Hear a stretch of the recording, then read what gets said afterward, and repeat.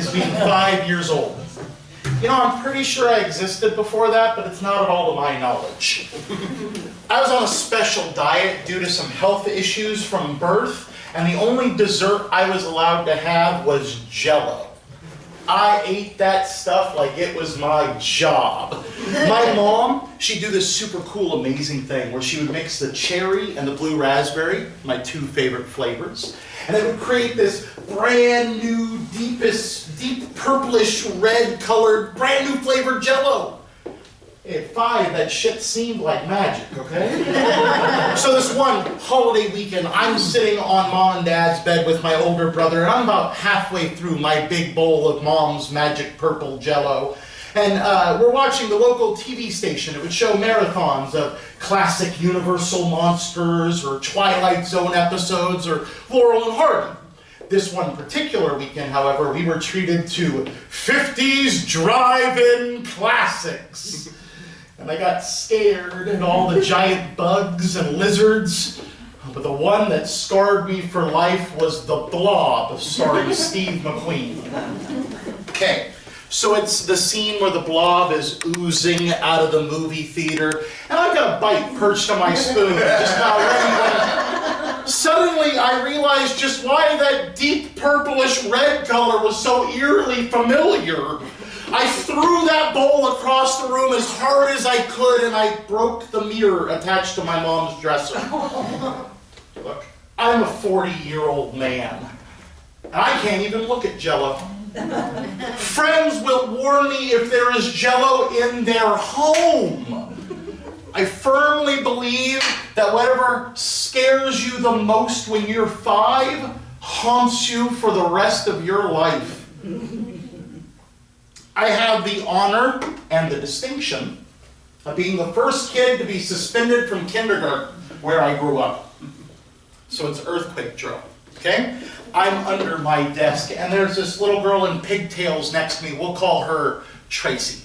So Tracy leans over and says, "Hey, you want to see what I saw my older sister do with her boyfriend?" Well, me being a curious young man, I say, "Sure." And she shoved her tongue in my mouth. Okay. First, I was grossed out. I mean, something's wiggling around inside my mouth. But it was warm. And it was moist. It was kind of squishy. Like a melted chocolate bar. I was a fat kid, so I loved chocolate bars. This happens every single time that we have earthquake drill. I didn't know that this was a makeout session. What I knew was that when everyone else made fun of me for being a fat kid, who, okay, did on more than one occasion eat paste, this little girl in pigtails gave me attention. Fast forward about a month or two, and I got sick. I did often. When I returned to school on a Tuesday, there was my best friend, Jeff, sitting in my seat. I begged the teacher to move him, please, so I could sit there next to Tracy. And she said that I really must learn how to share. Even said so on my report card. So, earthquake drill comes. Jeff climbs under my desk. Tracy climbs under hers. He leans over, she leans over, and my melted chocolate bar is wiggling around in his mouth. I was furious. On the bus ride home, after I stole the big wheel from him during recess, like a gangsta, I confronted him the only way I knew how. I slapped him. He slapped me back. Just then, I noticed the open window behind Jeff, and I, being twice Jeff's size, picked him up and pushed him out of the window, just as the bus began pulling away from the stop. Jeff came down hard and landed on his arm and broke it in 3 places. Look, I obviously didn't mean to break his arm. I didn't even know I could get him up out of that window. There you have it. I lost my best friend and my melted chocolate bar and gained a lot of attention from school staff. Thankfully, I was back from my suspension in time for all the Halloween party / costume parade festivities. You see, Halloween's my favorite holiday, and I begged my mom, I begged her for this Kmart Big Bird costume. Begged. I promised her the moon. I swore my brother and I would get along. I'd do all my chores on time. I didn't know that we couldn't afford it. Then about a week before Halloween, my mom surprised me. She made the very best Big Bird costume she ever could. I remember by the end of the day, losing so many feathers, I looked more like a plucked turkey ready for Thanksgiving. But I didn't care. I was Big Bird. You see, Big Bird was my favorite character on Sesame Street. He was bigger than everyone else, awkward and clumsy, like me. I wore that homemade papier-mâché Big Bird mask every single day when I got home from school to watch Sesame Street. I was wearing it the day that Big Bird looked for Mr. Hooper to give him his drawing. You see, Mr. Hooper was the old guy who ran the store on Sesame Street. He was friendly, everybody's grandpa. Not mine, mine was crazy. But he's who you wanted your grandpa to be. But Mr. Hooper was old, and I being 6 at the time, I didn't know that sometimes old people die. I mean, I hadn't even had a pet die at that point, so it's not that my folks really had any reason to explain the great unknown to me. Big Bird loved Mr. Hooper. I loved Mr. Hooper. It took a while for Big Bird to understand, but when I did, the tears were flowing through my mask and I ruined it. You grow up bigger than everyone else, realizing you have one of 2 ways to deal with it. 1, you could sit there and cry about it. Or B, you beat them to the punch. You know, it's a little hard to make fun of a fat kid who knows all the best fat jokes. Up steps the school bully and proudly states, "You're so fat!" And I knew I had my opening. "I'm so fat, my mom has to iron my pants on the driveway." The bully was dumbfounded. The gathered crowd was laughing, and I knew I had them. "I'm so fat, my belly button has an echo." That soon became my lunchtime activity. I'd tell stories about my family or jokes that I memorized out of my dad's old Playboys.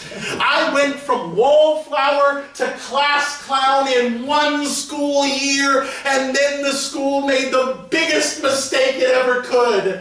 It decided to put on a talent show. I thought I was going to kill.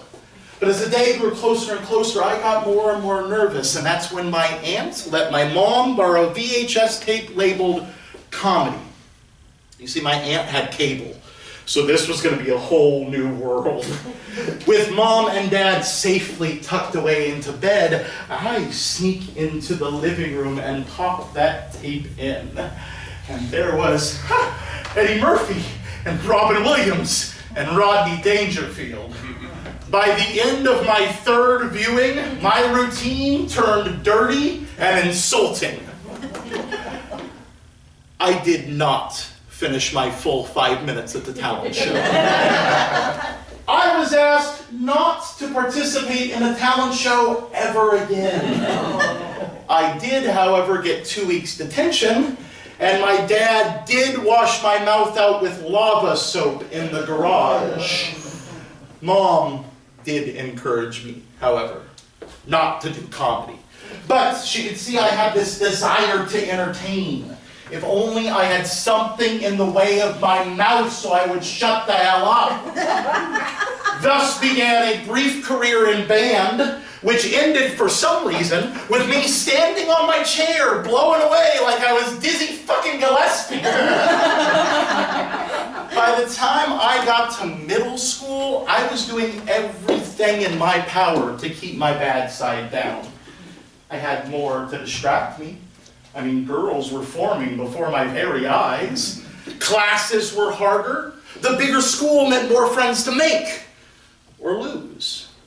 Around this time, I secretly got into rap music, and I became friends with a kid named Ahmad, who made me countless mixtapes to listen to once he heard me humming Bust a Move in the cafeteria lunch line.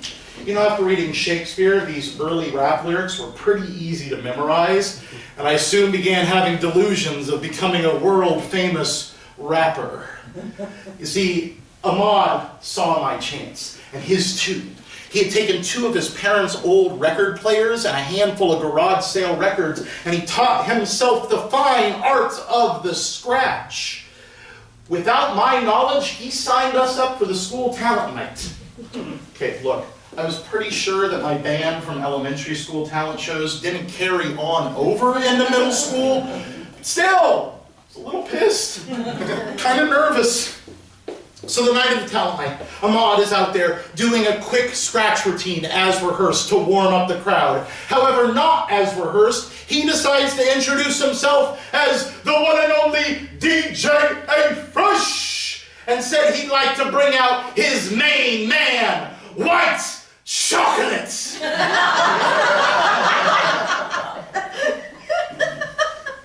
I had no idea he meant me. But my bad persona loved it and ran out on stage. DJ A-Fresh laid the tracks while White Chocolate hit the mic for the very first time. And you know what? It might have actually been White Chocolate that made Deirdre invite me to the Sadie Hawkins Day dance. Oh, either that or the fact that Deirdre had found a way to piss off every guy at school except for me and the special ed class. But Deirdre was a spoiled little rich girl and she was not going to miss a school dance. So off we went. My mom had oh so graciously volunteered to be a parental chaperone. Thanks, Mom. There was a super sickeningly sweet fruit punch, stale cookies, crepe paper of various colors adorning the cafeteria walls. There was even a cheesy disc jockey from a local radio station turning out the hits. And all along the wall were scattered these no freaking signs. All in all, it was the perfect middle school dance in the late 80s, early 90s. For the first 45 minutes or so, Deirdre and I were on opposite sides of the gym slash cafeteria slash theater slash dance hall. Her with a slew of other, we're so much prettier than all of you type girls. Me with a handful of guys trying to convince the DJ to play any song with a curse word in it. I was aiming for 2 Live Crew. When a song came on that Deirdre actually enjoyed, she magically appeared next to me, ready to dance.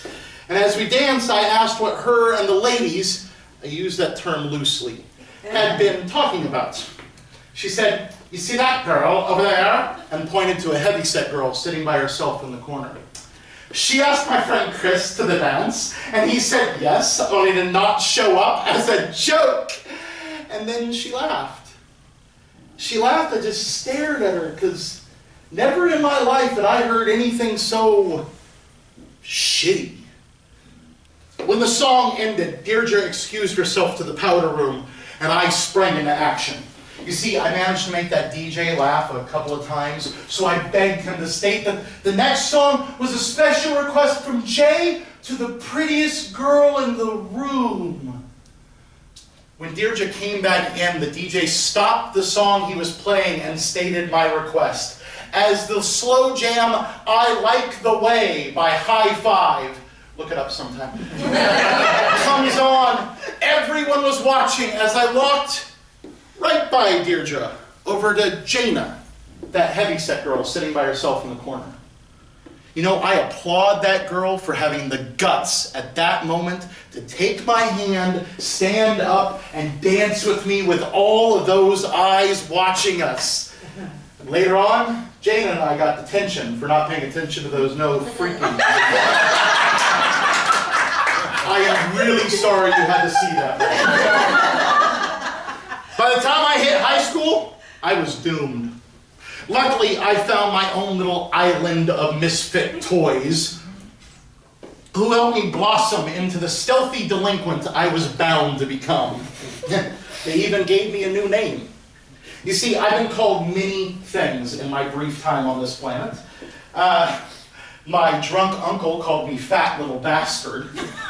One girlfriend called me Everest. And actually, I don't really feel the need to explain that one to you. My family called me turkey lips on account of the fact that I was always gobbling. Not quite sure if that was a comment on my talking or my eating too much.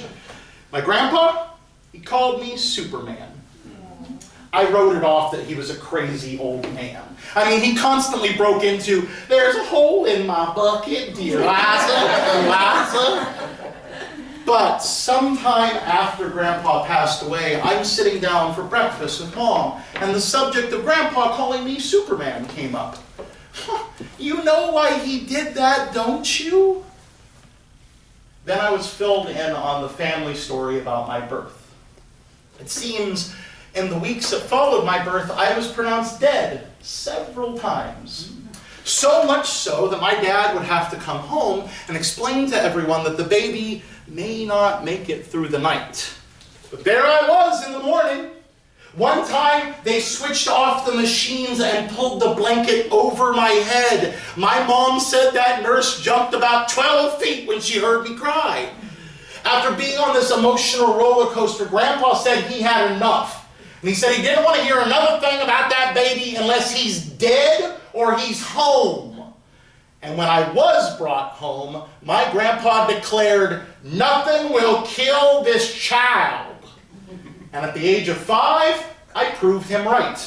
I climbed up on the roof of our garage, right in front of Grandpa's window, leapt into the air, and quickly crashed to the cement below. Grandpa had no clue what to do. He had only one leg, so it's not like he could come help me. But then suddenly I just hopped up, dusted myself off, and went inside to play. As far as my grandpa was concerned, he called me Superman because I was Superman. But Superman wasn't going to be my last also known as. Sometime in high school, I'm sitting on a friend's couch watching TV. He excused himself to go to the little boy's room. As soon as he's out of reach, his mother snaps her head around at me and says, "I don't like you." Well, this shocked me because parents, especially mothers, always loved me.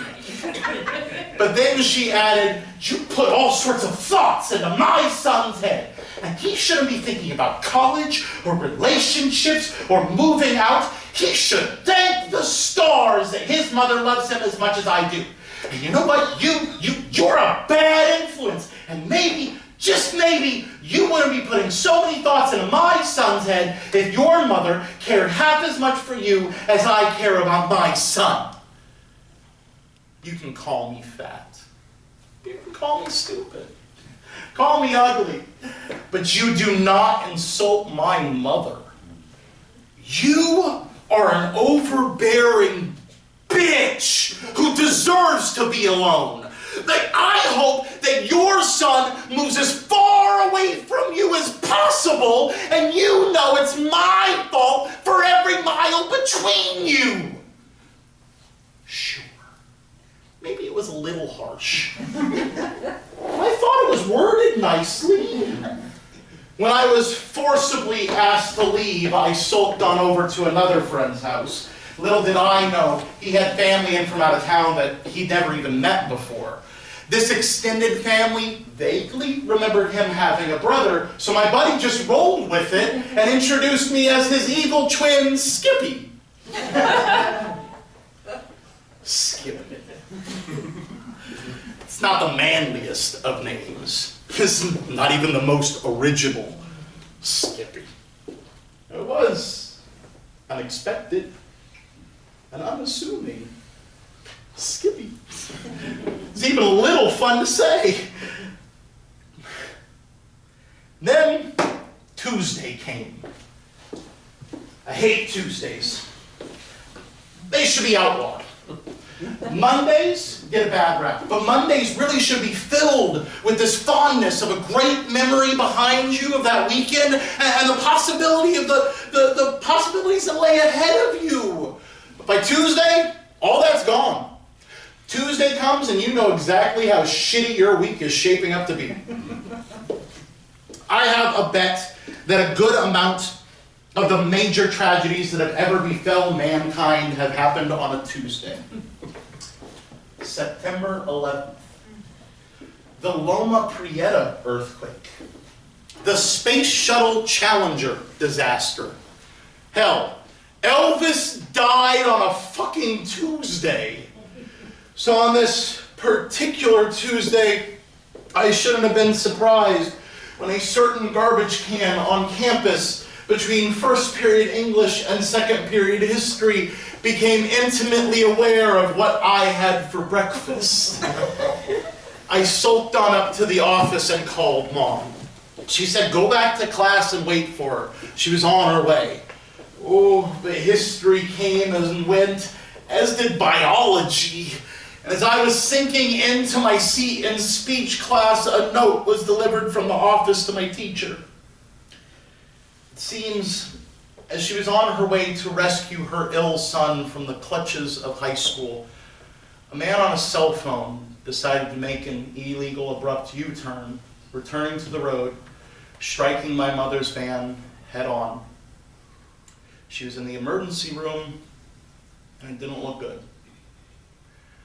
None of this would have happened if she wasn't on that road at that time, coming to get me. A long, hard week of surgeries followed, through which we were barely able to see her. But when we finally did get a chance to see her, I did everything in my power to make her laugh. I always could. My mom has said on more than one occasion that she is and always will be my biggest fan. So, a few jokes here about the food, a few cracks there about how she's got better television here than I got at home. And she was literally laughing so hard she burst stitches. As she was being wheeled away to get new stitches put in, I couldn't take it anymore. I looked across the room at my dad and I started bawling like a baby. I told him that I was scared that Mom was going to die and it's all my fault. Here's where in a touching story, it would probably involve a big strong hand on the shoulder and some comforting words of wisdom to a frightened boy that for some reason truly believed that an unstoppable, unpredictable accident was somehow his fault. I'm pretty sure in a story like that, it would probably involve a caramel sundae shared between the two of them in the hospital cafeteria.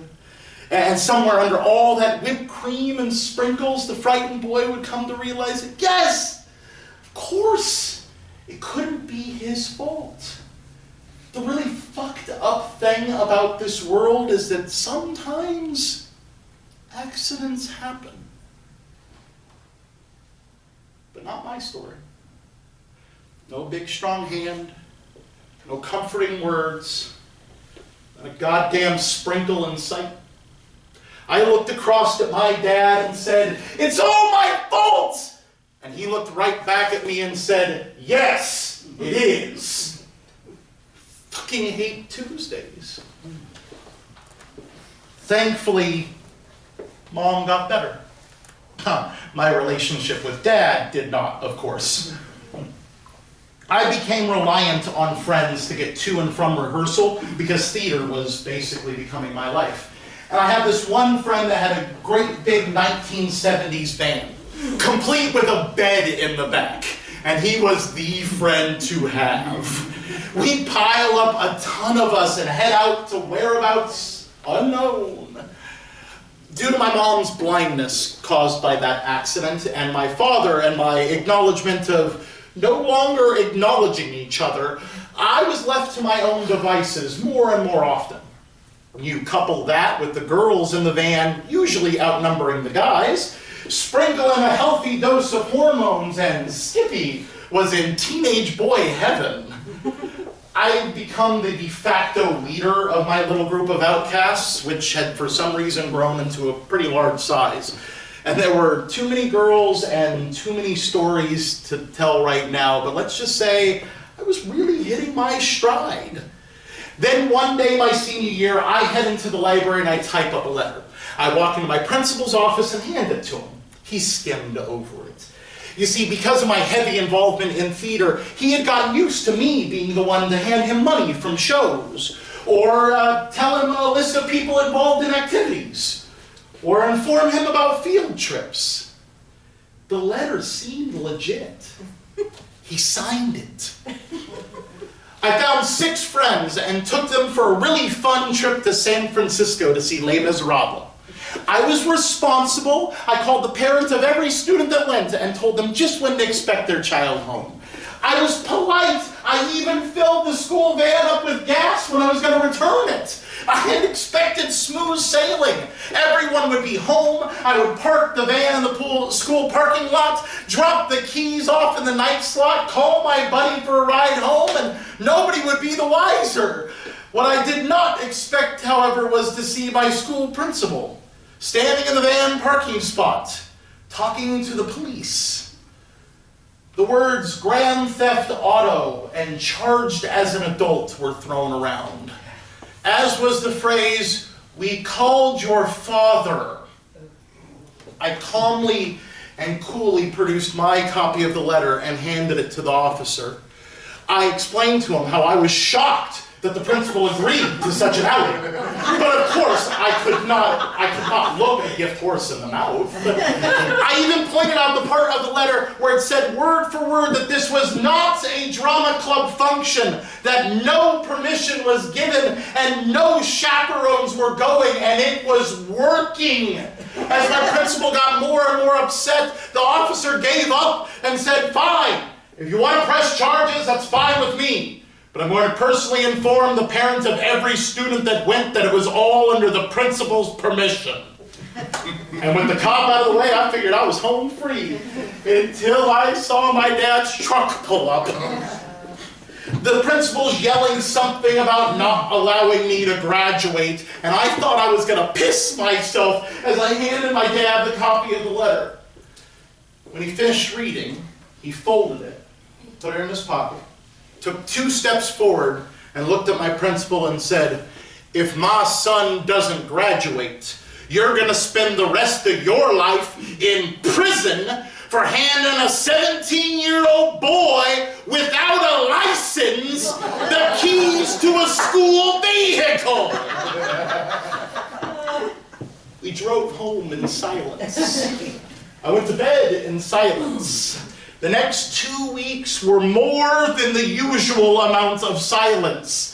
I couldn't take it anymore. I knew at any moment my dad was going to kick the door down and inform me he signed me up for the Marines, or worse yet, the seminary.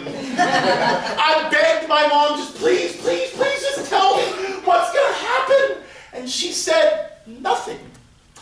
Your father and I promised each other a long time ago that we would never bust you for something we had done.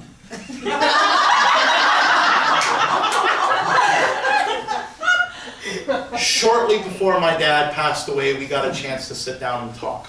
I told him I always had one question for him. It was about that night and what Mom had said. He said that I could ask one question and get 100% honesty from him as long as he could do the same. He then told me the tale of borrowing the keys to a school bus and driving the entire football team to a strip club, which I'm pretty sure was just code for whorehouse, in Nevada. Maybe everyone has a little Skippy in them. He then asked me about a cold, bewildering morning in January. You see, I had it bad for this punk chick in my Shakespeare class. I mean, bad. If she had asked me to wear a dress to school and introduce myself to complete strangers as Princess Boo Boo from Zimbabwe, I would have asked her if the dress had to be a formal. So, when at a closing night party she starts flirting with me, I was putty in her hands. We moved the party, just the 2 of us, to a local park. Me, slightly drunk and very horny. Her, way smarter than me. We begin kissing and she begins undressing me, and then she stopped. She posed a wager. She said that if I would streak naked across Interstate 5 and back again, I could literally do anything I wanted to her. Well, I was permitted to keep on my shoes and socks. Across the freeway I went.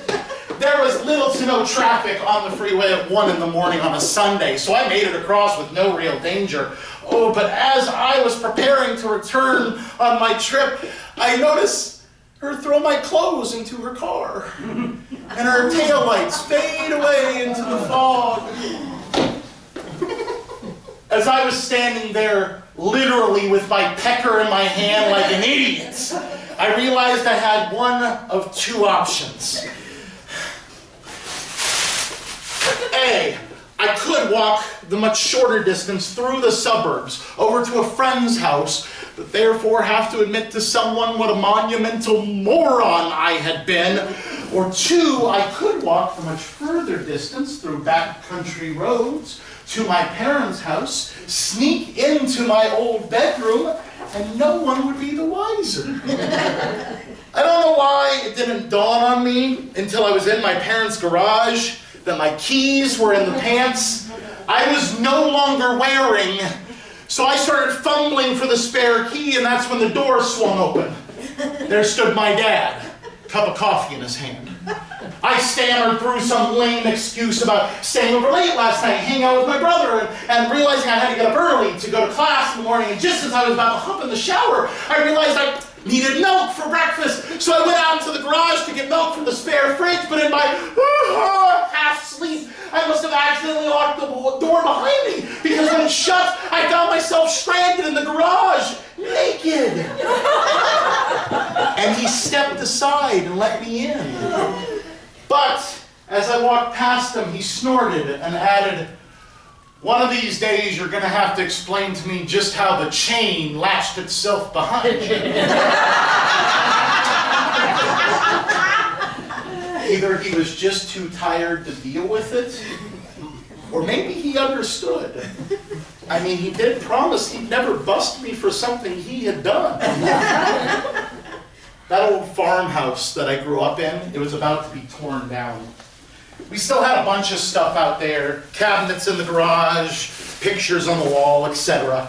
So my brother, my mother, and I trekked on out to clean up a lifetime of memories. I remember splitting my chin open on a coffee table. I'm pretty sure every family has one of these stories. It really depends on your generation. I mean, it could be Evel Knievel, or X Games, or Jackass. For me, though, it was Super Friends. My brother was the Joker. I was Batman. My little sister was Robin, or maybe even Alfred. The Joker running away. I leap off the back of the couch to catch him, only to discover that a fat kid doesn't fly nearly as far as the Cape Crusader. I remember my hiding spot. I hid a lot when I was younger. Back in my bedroom, deep in the closet, no jokes, I had this toy chest that had just enough room behind it that I could lay there and no one could find me. I would lay there just all day and wish I was someone else. So the next day, I'm back at my parents' house, and we're ready to clean up the boxes of stuff from that cleaning trip. And Mom says, "Jay, I got a surprise for you."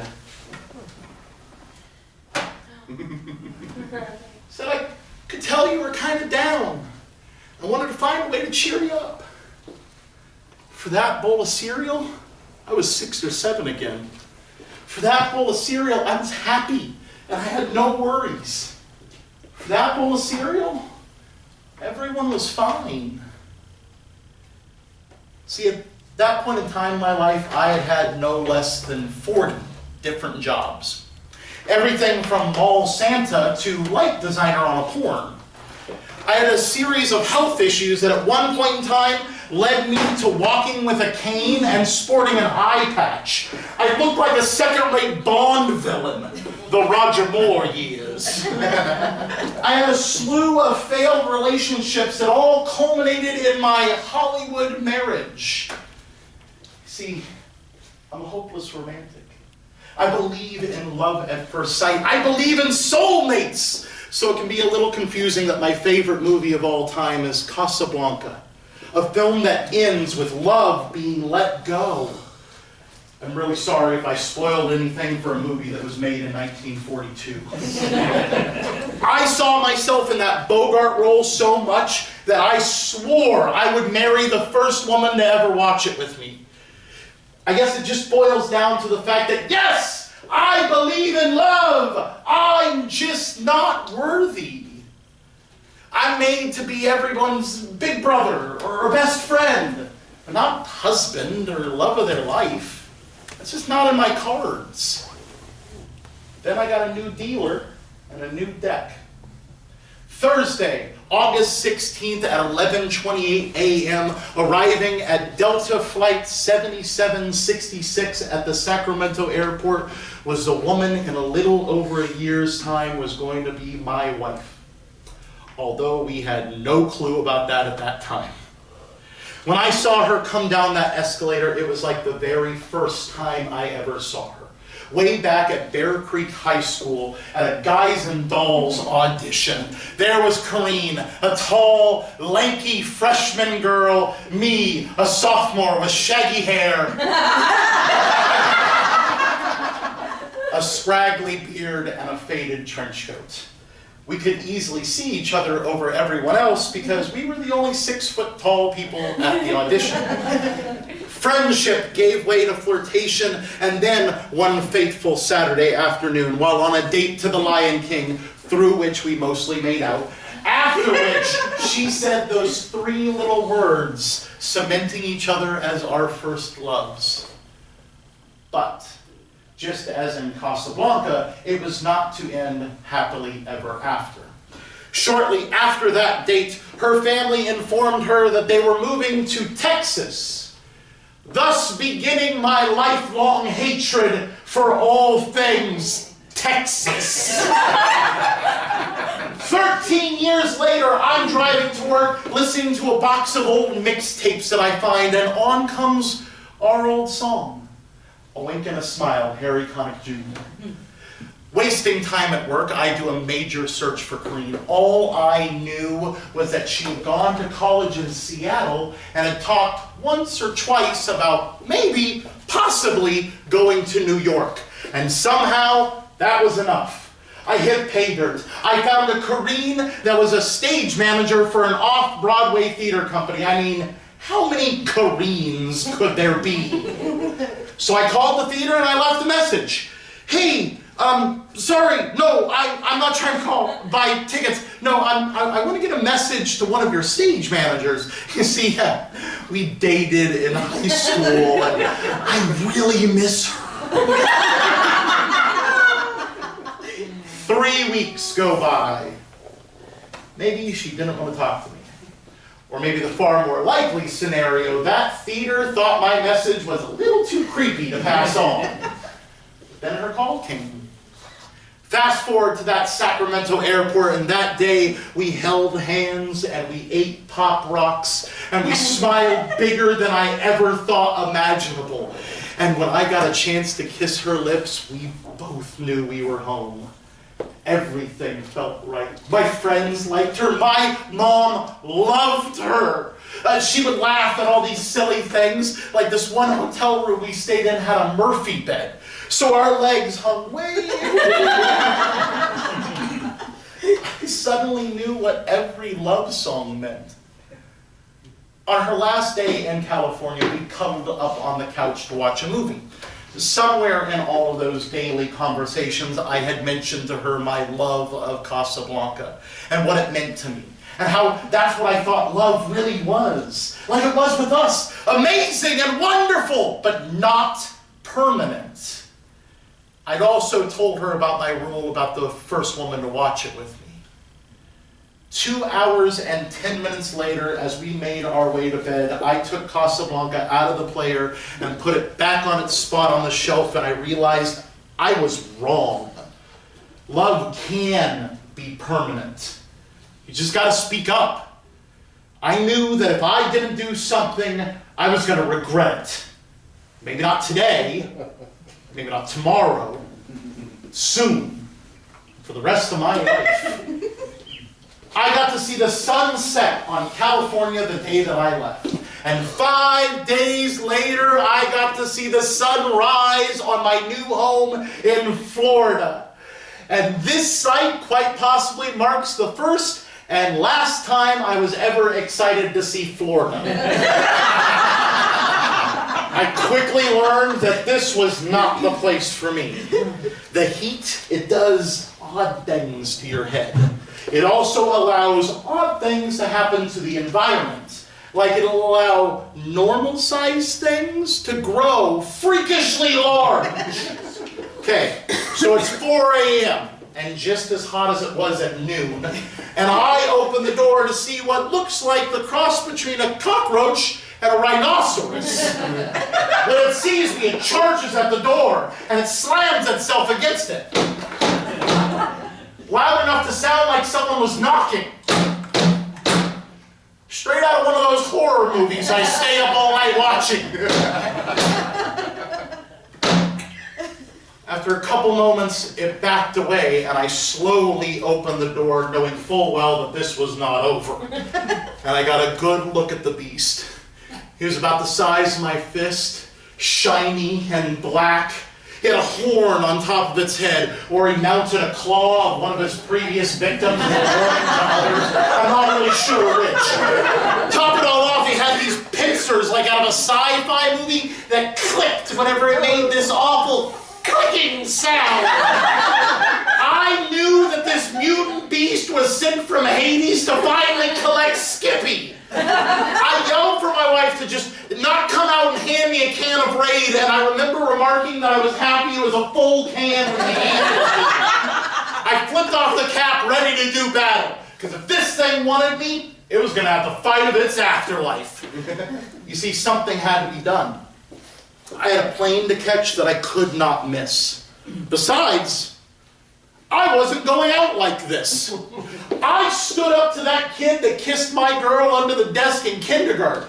I stood up to drug dealers in a parking lot once. I may, or may not, have gotten shit-faced drunk with Tom Jones in Vegas. And then the beast unfurled its unholy bat wings.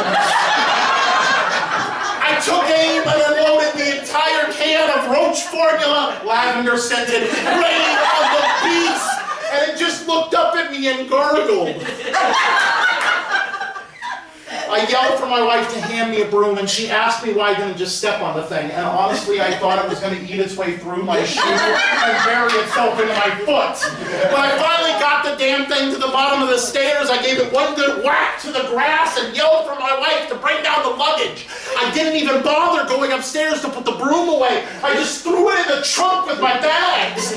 When my wife started the car, I kept hearing that unholy clicking sound and kept looking in the rear view, half expecting to see the thing following us. As I settled into my seat on the airplane, I looked at the chair next to me, and I damn near expected to see the beast sitting there reading a newspaper, as if to say, "You really didn't think it would be that easy, now, did you?" And still, that was a much more comforting thought than why I was on that plane to begin with. I was born with the horribly plain name Jason. I have hated my name my entire life, which is why for most of it I've been called Jay, and Skippy whenever the occasion should arise.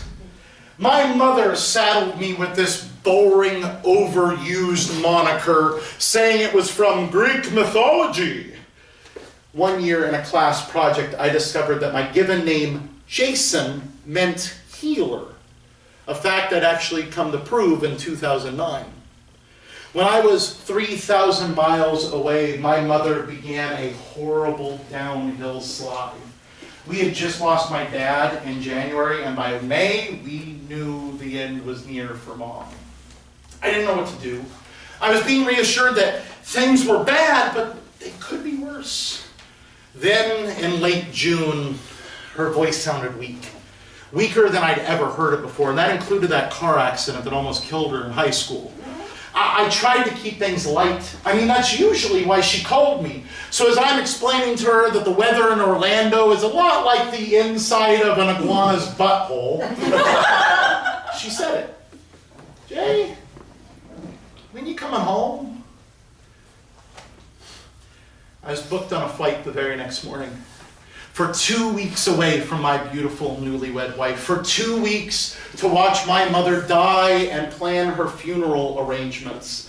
And from what the doctors were telling me, I could have probably made it a weekend trip. The flight we found was horrible. Orlando to Atlanta, on to Washington, D.C., then to Kansas City, over to Denver, finally to Los Angeles, and then up to Sacramento, and each stop had at least an hour layover. Each flight gave me a fresh new hell. But apparently, if you look like you're about to vomit and or cry, most people leave you alone on planes. I called back to that hospital every single time that we touched down. I had this nagging feeling I was going to lose my mother somewhere mid-flight. We were delayed due to weather in Denver, and I damn near borrowed the keys to a plane and flew out myself. When I finally touched down in Sacramento, it was a little after 11 o'clock, and a good friend picked me up and drove me straight to the hospital. And I don't remember talking at all on that drive. One of these days, I'm going to have the guts to ask him. When I stepped in to that hospital shortly after midnight, I was tired and sweaty and hungry and an emotional wreck from trying to put on my funny face to pretend like I was just there for a nice little visit instead of saying goodbye.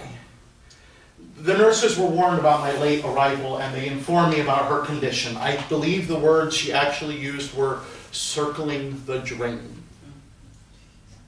When I stepped in, she was a shell. She was thin and ghostly. Her eyes were closed, so I didn't want to wake her. But as I sat in that squeaky, uncomfortable chair, her eyes fluttered open. And in her half asleep, she realized I was really there, and she started to cry. I made her laugh. I don't know where the hell I found the courage to do it, but I did it, damn it. After about an hour or so, she said that her meds were kicking in and she really needed to get some sleep.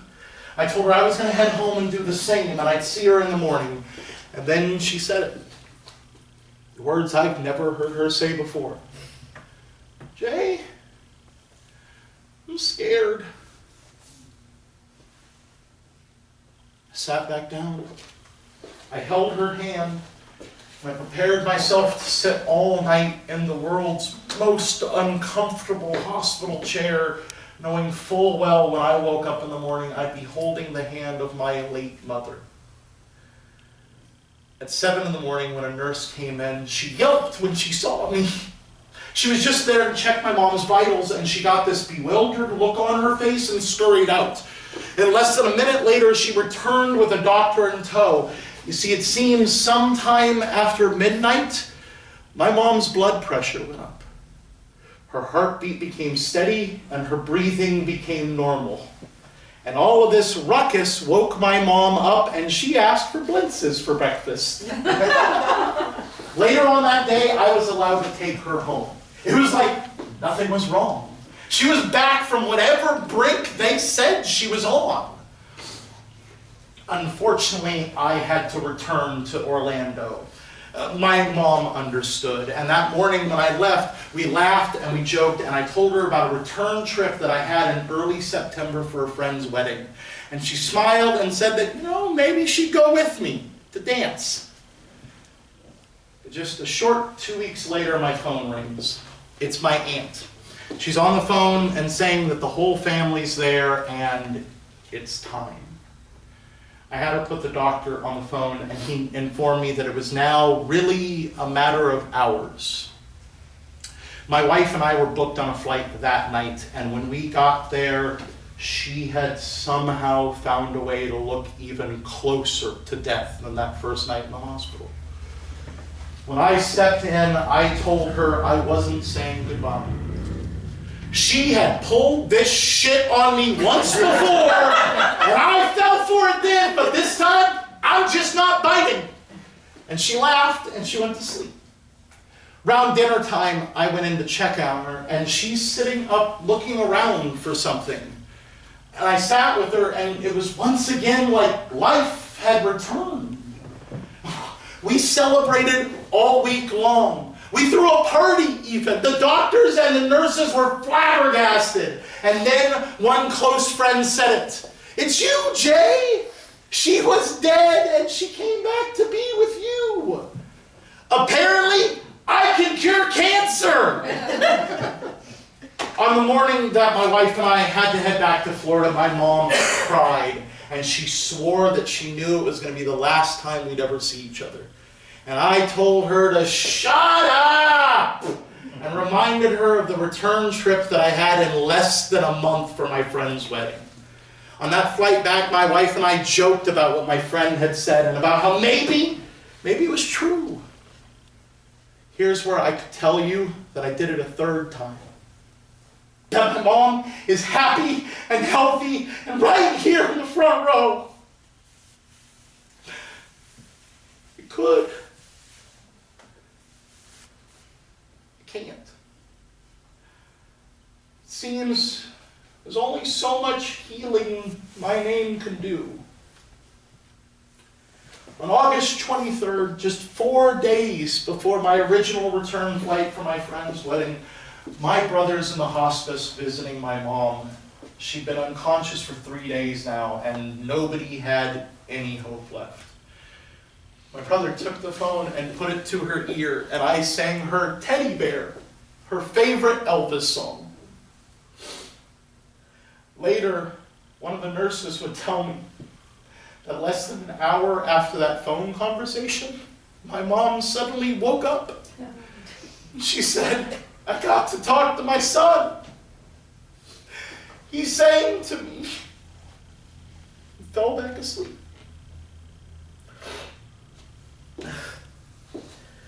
My mom knew her time was short. That is, she knew when she was herself. Because most of the time, this wasn't her. Because my mom was brave, and my mom was strong, and my mom was intelligent, and my mom could make grown men cry and babies giggle, often in the same breath, and I'd see her do it. This was a husk. Oh, there were moments of clarity. There were moments of my mom, and during one of these clarity flashes, she had said she decided that she wanted to be cremated, and she wanted her ashes spread at her favorite lake in California. She asked me if I would do that for her. And I said, "Hell, Mom, I'd be willing to dig a brand new lake for you and name it after you if that's what you want." And then I did a little research. And I come to discover that spreading the ashes of a loved one is a felony without a permit. And in California, it is damn near impossible to get that permit if the ashes are to be spread on a state park. So I informed my mom of this, and she said she knew. She just figured it wouldn't bother me. During the last of one of these clarity flashes, it led me to the grocery store to make my mom watermelon margaritas. Despite her kidneys and her liver shutting down, my mom had never really been a drinker. She tried it once or twice, but it really wasn't for her. But as she put it, if the car is breaking down, then who cares what gas you put in it? So I sat down and got good old-fashioned shit-faced drunk with my dying mom. And you know what? She was a funny drunk. She told stories about the family I heard 1,000,000 times before, but suddenly new things were added and old things wiped away. I was literally watching while my mom edited her life story before my very eyes.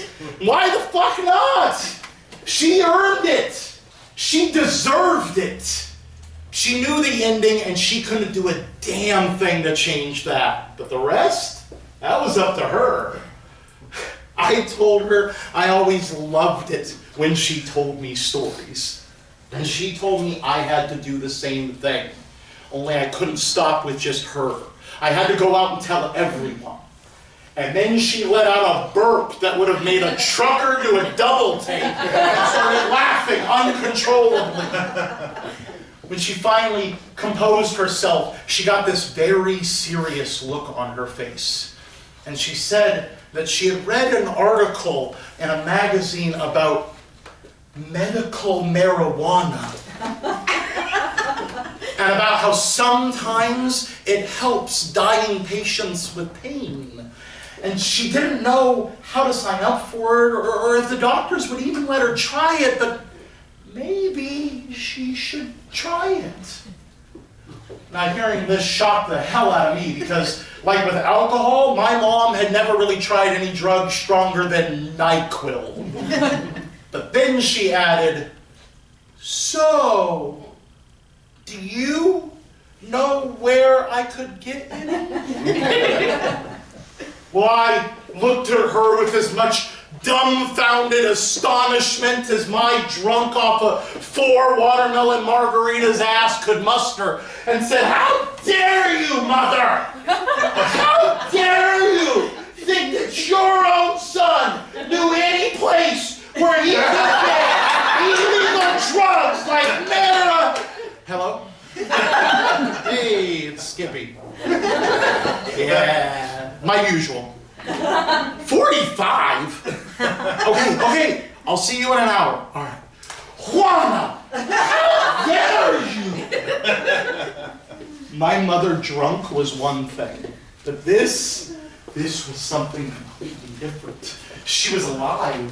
She was clear thinking. She was dancing. She was my mom from when I was a little kid again. And we stayed up all night talking. I made her a promise that I wouldn't share what we talked about that night when we went to go spread her ashes. And when that day came, I said nothing. She'd always looked to find a way to get me to shut the hell up, and she finally found one. On the day that we went to spread her ashes, it was as surreal as anyone might imagine. I tried to joke. I told my wife that I suddenly realized I was an orphan, and nobody adopts the older kids. But as I was handling the small wooden box that held my mom's ashes, I hear one quick Google search later, and I discovered when you are cremated, they put a small metal coin in with the bottom that has all the information about who was cremated. And if you don't want to get caught illegally spreading the ashes, you need to remove said coin.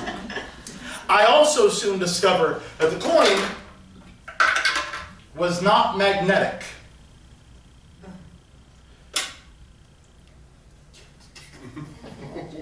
I'm staring down at the small wooden box that holds the last earthly remains of my loving mother. I have minutes before what little family was going to pile up into the van to go. And I swore I would do anything for this woman. I do the hardest thing I have ever forced myself to do, and a little fishing around, and I find it. Just then the door to the room that I was in swings open, and in my shock, and I swear, I could hear my mother laughing her ass off from inside that box, because all my brother could squeeze out was, "Jay, you got something on your face." I got cleaned up with Mom gently on the seat next to my brother. I grabbed a handful of CDs that I had made for my mom for countless road trips over the years and popped one in, trying to come to terms with everything that had just happened. When on comes an old familiar voice. It was grainy, poor quality, obviously recorded off of TV.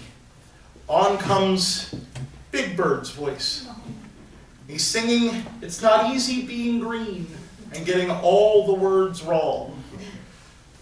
See, at Jim Henson's funeral, Big Bird sang goodbye to his old friend. And suddenly, through all the years, I was 6 or 7 again. And Big Bird was trying to explain to me why Mr. Hooper wasn't coming back. I was about to pull over because I could barely see the mountain road through my tears when I noticed the CD changed tracks, and on comes one of those songs that I grew up hating. Because it was a part of every single road trip we had ever been on. To camping, to Los Angeles, to the grocery store. On comes, "I'm Henry VIII, I am Henry VIII, I am."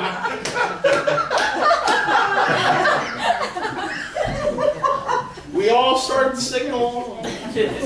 We didn't want to. We had to. I skipped back and played that song over and over and over again. And each time we sang along a little bit louder, a little bit worse.